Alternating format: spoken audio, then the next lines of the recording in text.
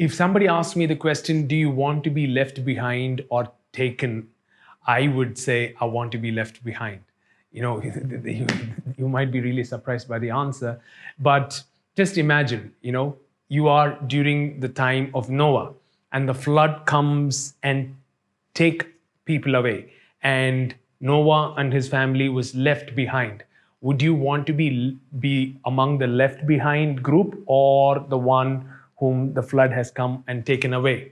So Bible throughout talks about the wicked being taken away and the righteous being planted and righteous dwelling forever. And that is not just in the story of Noah, but in so many places you find wicked being taken away, but the righteous continuing.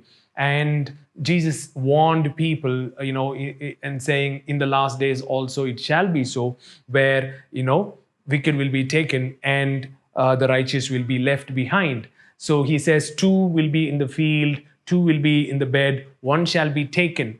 So when and the disciples are asking, taken where, Lord? And he says, wherever the corpse is, there will be the eagles also. Talking about judgment, right? Taken to judgment. So, he was talking about temple destruction where Roman army will come and just kill people, take one out and leave one, so in that way, do you want to be the one taken or do you want to be the one left behind?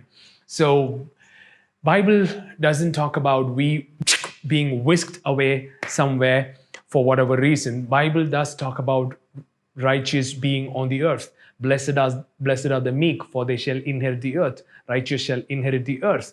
And God has designed you for the earth, and the kingdom of God has to come on the earth. The New Jerusalem has to come down to the earth.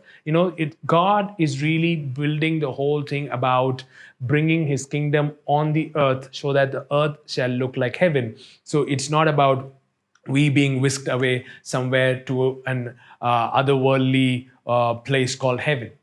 Having said that, I am not denying the second coming of Christ. I do believe in the bodily coming of Christ and the bodily transformation of the physical cosmos itself.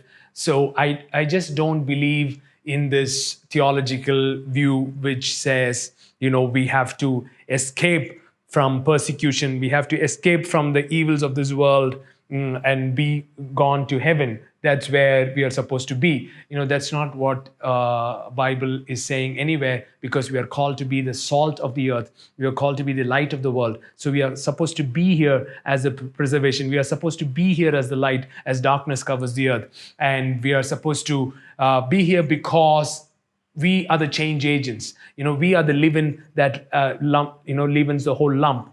We are the salt that preserves the whole thing. So we are not called to be taken away. Even in John 17, Jesus said, I am not praying that you would take them out of the world, but you would keep them.